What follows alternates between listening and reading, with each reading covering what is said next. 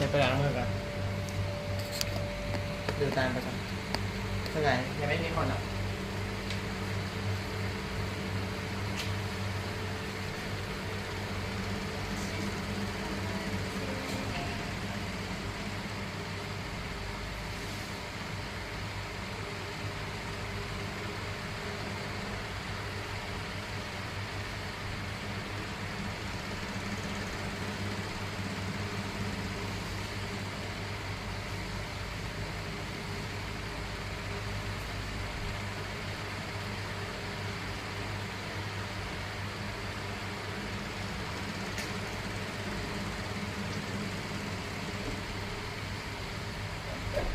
เมื่อก่อนกินชาบูแทบทุกมื้อวันเงินวันมีเงินลงบิตคอยน์เดี๋ยวนี้ต้องกินข้าววันนั้นไม่ถึงหรอก็มาไงถึงไงเมื่อก่อนกินแต่ชาบู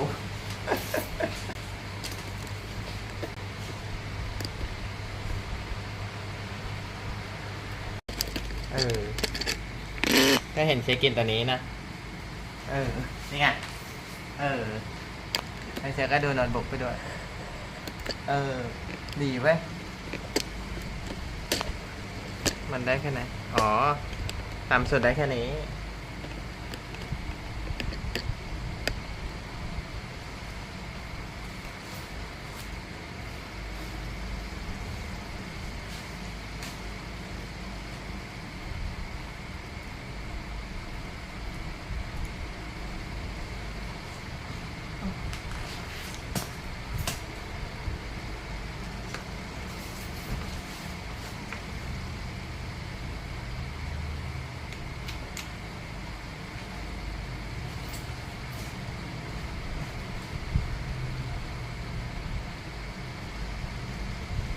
watching the last 4 minutes of my show. It was difficult. It must have been. Yeah, because it's very different worlds. And I'm sure that there was a moment, at least a moment, one in your mind that said, oh my God. What am I doing here? What have I gotten myself into? Well, here's the thing. These interviews, have you been on Charlie Rose yet? No, but I will be, I think, later this month or early next. Yeah. Well, I certainly watch the show. Yeah. As a viewer, you understand that one of the wonderful things about his show that I'm trying so desperately to emulate blatantly is actual conversations. Yeah. Throughout my career, I've been fortunate enough to do almost every talk show that's existed for the last 20 years, starting with Johnny Carson and Larry King and all of them. And they're all about little sound bites. And they're all about little quick anecdotes. ยำปลาอุ้ยสวนมีถาดไข่ Rarely is there an opportunity to have a conversation and find out more details about what it is that drives you to do what you do and got you to the place that you're at today. So thank you very much for everything you're about to share. We've got twitter.com asking questions live. We've got folks actually very excited to ask questions. I'm going to start pretty much with reading a lot about you in preparation. And I'm sure that there was a moment, at least a moment, one in your mind that's... I order 7 at 6 p.m. but he cancel me because the order is empty and I send the new order to them and it direct the order into another 7 and he just delivery my stuff as a minute ago. Said, oh my God. What am I doing here? What have I gotten myself into? Well, here's the thing. These interviews, have you been on Charlie Rose yet? No, but I will be, I think, later this month or early next. Yeah. Well, I certainly watch the show. Yeah. As a viewer, you understand that one of the wonderful things about his show that I'm trying so desperately to emulate blatantly is actual conversations. Yeah.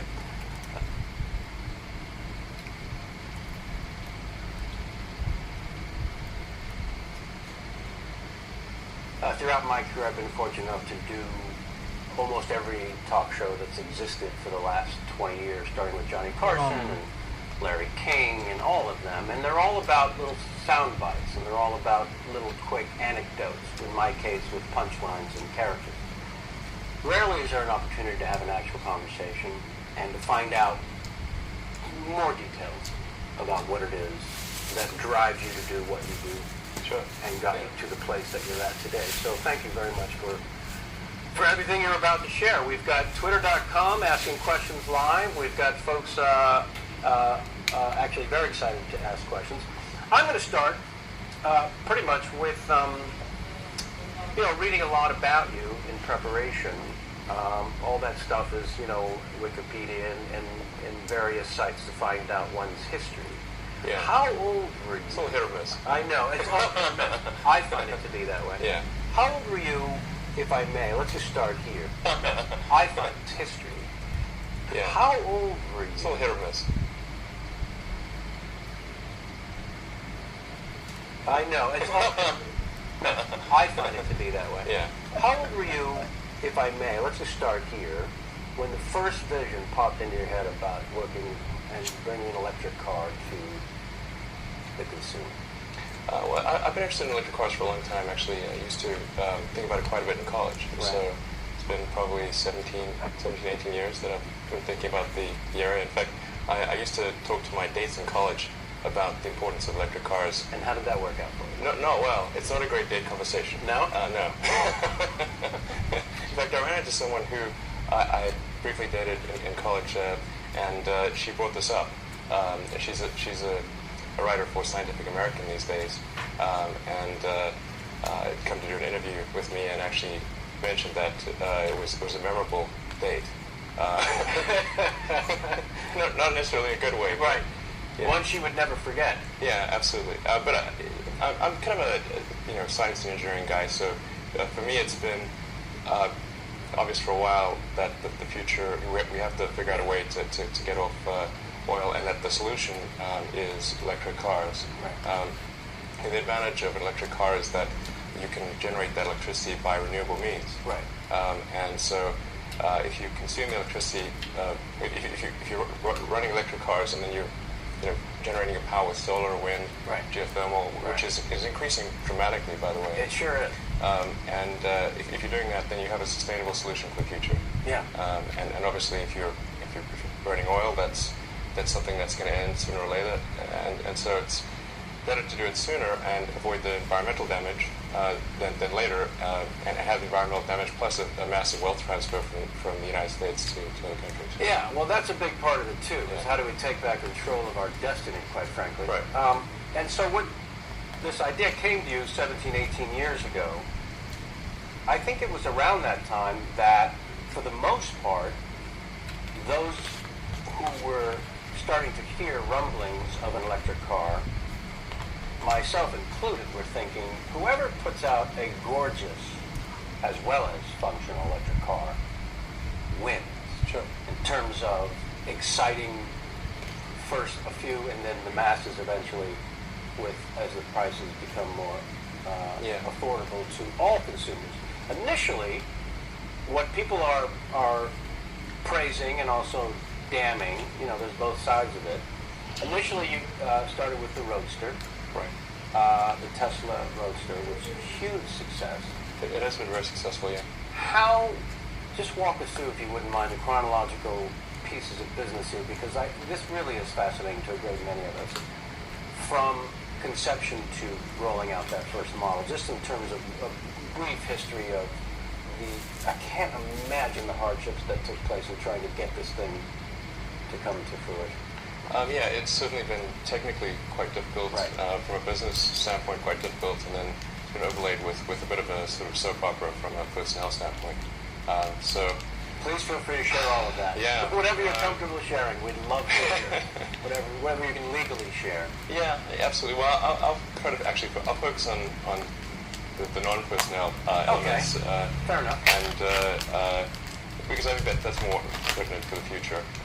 So in terms of where do we come from, where are we headed, and that kind of thing. So in starting a car company, it's obviously a high capital endeavor, and particularly when you're talking about something which is a brand new technology, and no one had really gotten all the pieces to work together quite right for to create a compelling product as far as electric cars are concerned. There's a couple of people who tried, and yeah, a couple of companies that came and went.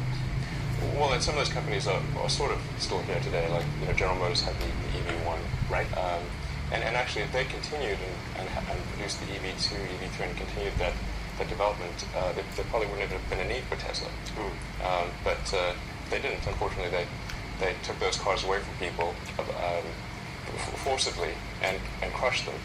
And literally crushed them. Yeah. And if people have seen Chris Payne's movie "Who Killed the Electric Car," which I recommend, you can see some of that. It's amazing that the people who Jim gave those EV1s to held a candlelit vigil for the cars getting crushed. I mean, can you imagine anyone holding a candlelit vigil for a GM car? No, I really can't. Or any product. Or any product is the point. I mean, why would you discontinue a product line with that level of customer interest? Yeah, that's pretty amazing. And it's pretty well documented in that film. Okay, so... But I'll give you the chronology. Sure. And the reasoning why did we start with the car that we started with? Because I do get asked the question, why are you making this expensive sports car? Implying that we somehow think there's a shortage of sports cars in the world, or rich people really need a break, or something like that. Which is, it's absurd if you think of it, but nonetheless, people get real confused. Like, why can't you make an affordable car? I wanted to give you the opportunity to explain. Yeah, absolutely. Yeah. So, and there are two reasons. One is that when you have a brand new technology, it tends to be expensive. I mean, it's almost always expensive, in fact, because the first thing you're trying to do is to make it work. Yeah. And if you're just trying to make it work, you don't have an opportunity to optimize the cost. Right. Okay. And if you think about anything new, when cell phones first came out, they were very expensive. Personal computers were very expensive. Oh boy. Even gasoline engine cars in the beginning were very, very expensive. Can only be afforded by a few people. Absolutely. So, who doesn't remember the $1,400 VCR? Right. Absolutely. It's part of our... In fact, you can point at almost anything new. Innovation. It starts with expensive. Yeah. Because the first thing you're trying to do is make it work. Yeah. And cell phones the size of a shoebox. Yeah, absolutely. $1,800. I remember Wall Street with the guy walking around with that shoebox phone, basically. So any new technology is expensive. Right. And then the other factor is economies of scale. So in order to make something inexpensive, you have to make a lot of it. But to put together a factory that can make hundreds of thousands of cars costs $1 billion or more. So, and who's going to take a chance? Right. And the thing is, it would still be silly to try to do that economies of scale thing on the first iteration of the technology because it's still going to be expensive. Yeah. And this is a problem that GM is starting to see with the Bolt. Right. Is they're having trouble bringing the cost of that car below $40,000. And that's problematic when you're talking about a car that is essentially intended to compete against gasoline cars that are in the $25,000 to $30,000 range. Right. It's very important that an electric car be of comparable price to other cars of its type. So the Tesla Roadster is actually about the same price as a Porsche. So it's in many cases less. Yeah, in fact, less than a Porsche Turbo. Right. So, anyways, that's basically the reason. It was the first generation of the technology, and we were necessarily at low volume because we didn't have the capital to go to high volume manufacturing. Yeah, and you weren't making an inexpensive sports car. You were making a brand new state-of-the-art sports car. That was some of the negativity that I didn't understand because it didn't seem to come from naive people. It seemed to come from people who seemed very scholared in their particular areas of expertise who completely missed the obvious justification in terms of what kind of vehicle you were actually making from the ground up, and it being the first of its kind. I'm astounded by it. Well, a common misperception is that because for the Roadster we worked with Lotus, right, and we did initially intend to use a modified Lotus Elise chassis for our car, people think, oh, it's just a modified Lotus. But actually, we had to redesign almost every part of the car. Sure. And our initial thought of, well, we can just use a Lotus Elise chassis turned out not to be true because the weight distribution is all different, the load points are all different. Our car ended up being 30% heavier. We had to redesign almost everything. In fact, there's only 7% parts commonality between our car and Willys. 7%? 7%. In fact, and those are the letters. First of all, there's 5 letters in Lotus, so that's a bit of the 7% right there. You know, well, there's no Lotus.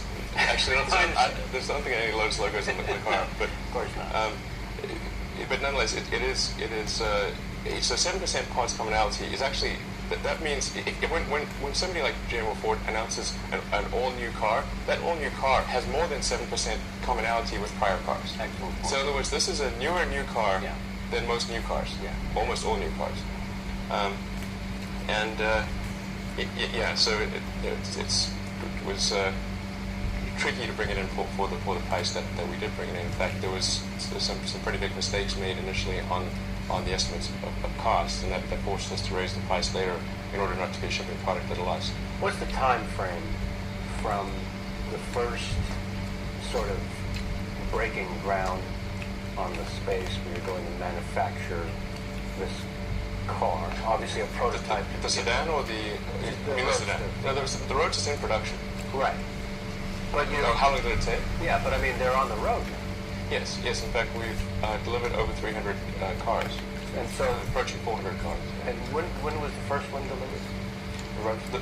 The first production car was delivered in February of last year, and that was my car. But it was, the initial production rate was about one every three to 4 weeks. Wow. And then it's got up to 2 every 3 to 4 weeks, right. And 4, and now we're at the point where we're about 20 to 25 per week. Okay. And wow. And now, at what point during the Roadster building process does the S model begin its drawing board? Almost immediately? Well, we've been working on the Model S for about 2 years if you take the sort of early conceptual stuff into account. So you really obviously have to focus everything on the Roadster first, get it up and running, and then, but in the back of your mind, the master plan is the Model S. Yeah, the basic plan of action, the master plan is to produce an expensive car in low volume, then a lower cost car in kind of a medium cost car in medium volume, and then a low cost car in high volume. And that's the plan. That was my plan from the beginning, and that remains the plan today. And we've been able to accelerate that the low cost car a little bit by working with Daimler, the maker of Mercedes and Smart, to create an electric smart car. Oh, really? Yeah. That's the third phase after the Model S? I think we'll probably still do a third generation platform of our own. Right.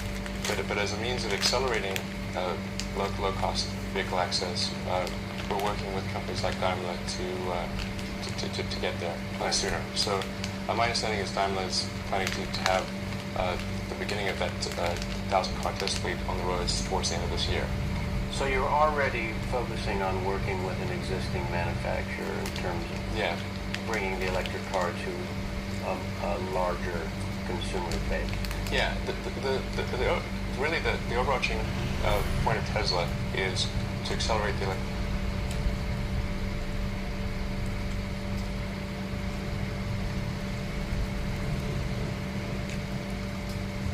car revolution, and that's going to be a combination of cars we produce and cars that we help other companies produce. In fact, we've been trying to sell our technology to Detroit and to other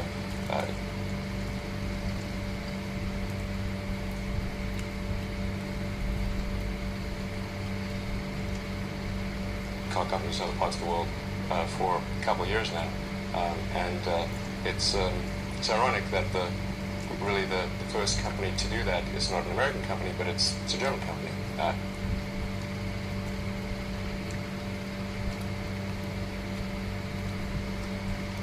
Daimler, but in fact Daimler was the one that invented the internal combustion engine car. So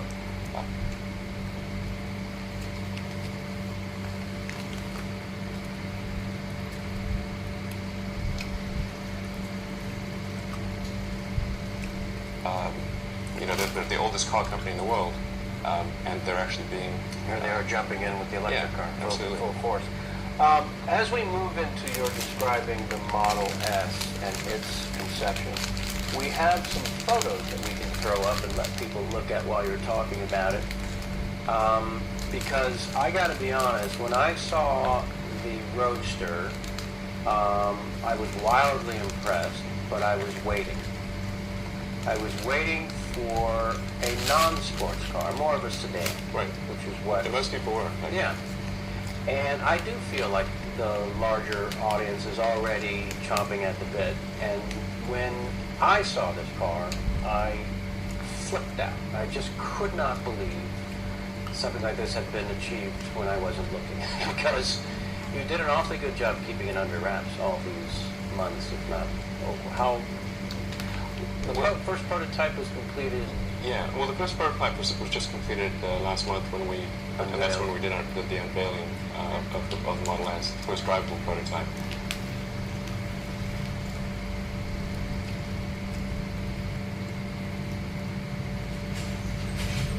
But we've been working on the Model S in earnest for about a little over a year.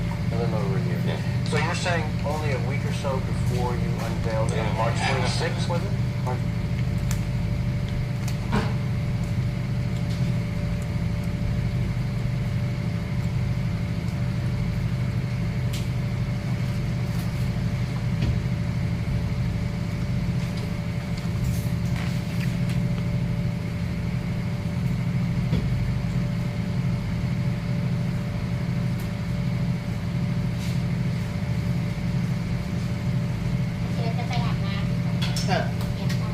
Nè. Qua được à?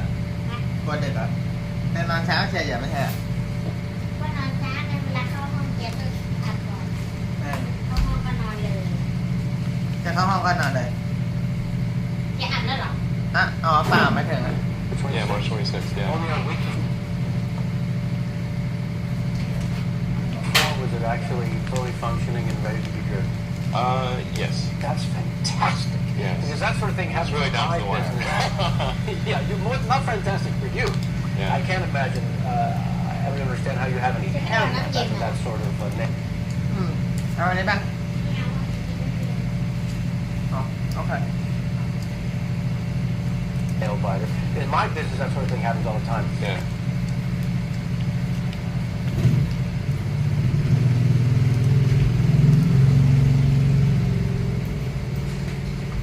People rushing to get their film ready for the Sundance Film Festival. I've seen big studio films that are still polishing and doing last-minute special effects adjustments way after they've announced the release date and rushing it into theaters. And oh my goodness, I can't even imagine the sort of pressure involved. So we've been looking at some pictures, yeah? Wonderful. We're still looking at it? Great. Because this car is so gorgeous. Okay. I'm gonna get a little selfish here, and also lean this towards people like myself who have the next series of questions, which are: when will this car be available to me, and what is the process for me to sign up and get one now? Well, the car will be available in 2 years, which is that's when we'll be finished with all the crash testing and all the regulatory stuff, and have built out the factory. Because this is a true mass production car. In fact, the Model S will be the first mass production electric vehicle true car that highway capable. What numbers? Car, not a golf cart type of thing. What numbers of mass production are done? We're doing about 20,000 a year. And so when you unveil, you want to have 20,000 there. Well.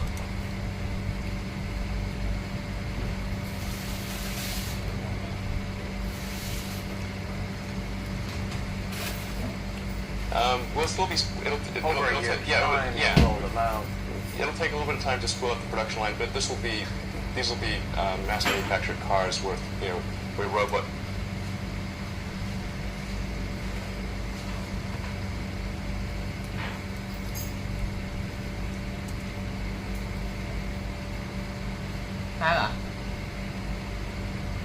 Production line, but these will be mass manufactured cars with where robots are doing things as opposed to hand-built cars. The Roadster is really a hand-built car. Correct. and You got robots building the model. a lot of it, yeah. Now, I've heard everything from the third quarter of 2010 to the beginning of 2012. What's realistic for the Model S? Well, our aspiration is to have post-production cars available in the third quarter of 2011. So just over 2 years from now. Right. And I think it's achievable. And I think there's much less technology risk and uncertainty than there was with the Roadster. Right. So I do feel reasonably confident that we can meet that date. Of course, it is dependent on when the Department of Energy disperses funds for the loan program that they have. There's something called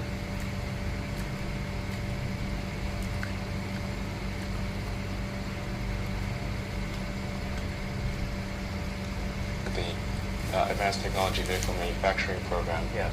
which was actually put into effect by Congress last year, and then the DOE is just on the verge of awarding those loan programs. It's intended to provide a lower cost of capital to companies that are developing energy-efficient cars.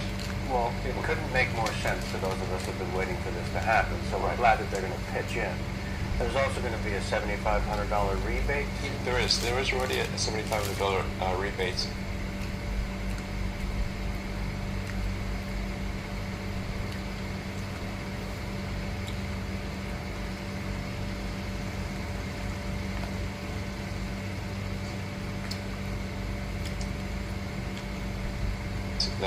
That's as of January 1st. Right. So it's a tax rebate applies to anyone, regardless of the tax situation.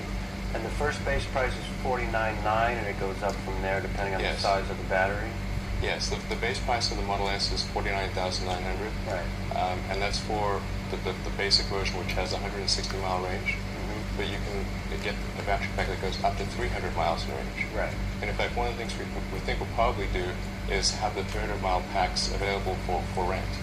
So if you're just using your car about time, Please do that. Yeah, absolutely. Please do that. Because this car is unbelievably exciting, and I think the instinct is, much like other forms of technology, there's going to be I want the everything package, and then there's going to be a lot of people who can't really afford the everything package. They can barely get into the car as it is, but they're dying to get into this car. Sure. So that sure would be fantastic if they could rent that larger battery, if and when they ever need it. Because for a lot of people, 160 miles around town as their everyday car is fantastic. Right. It's 160. Average person drives 30 miles a day, so 160 miles is 5 times what the average person drives in a day. Are all three batteries this quick charge at 45-minute capability? Yes. Yeah. The car will have a standard 45-minute. All cars will come with the ability to charge in 45 minutes. Now, I should point out that the 45 minutes does require an off-board charger, so you won't be able to use the onboard charger to do the 45-minute charge. The onboard charger. You have to pull over and will you take the battery out? No, you need to just go to a charging station that's an industrial strength power charging station, because that's a lot of power, more than most houses are capable of delivering. But the onboard charger that's built into the car will be capable of recharging the car in about 3 to 4 hours. So overnight, you plug the car in. Yeah, no problem. And is it going to be like my computer, where I can overcharge it, and then it's bad for the computer? No, I don't want to leave it plugged in overnight? There's a lot of intelligence in the battery pack. It won't allow itself to be charged incorrectly. Excellent. Will I get better service than AT&T than I do with my iPhone is the real question here. The computer on board, but before I get to that, there's one thing that Wired Magazine wrote a very, I thought, supportive article about the Model S. And then there's all sorts of debates going on in the comment section of that article. Right. And a lot of naysayers, as always, they line up like idiots.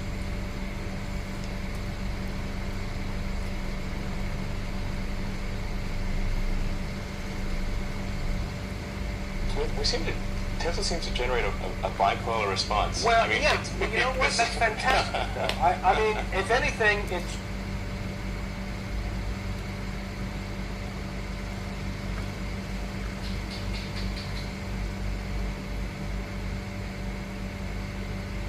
challenges you to rise above all questions and inquiries and be able to answer them all and be able to attribute the genius and expertise of your, design people and yourself. Because I do understand also that you, as an engineer yourself, have really been at the forefront of the design. Yeah, you're sort of thinking it's the right title, but that's probably a good description would be product architect.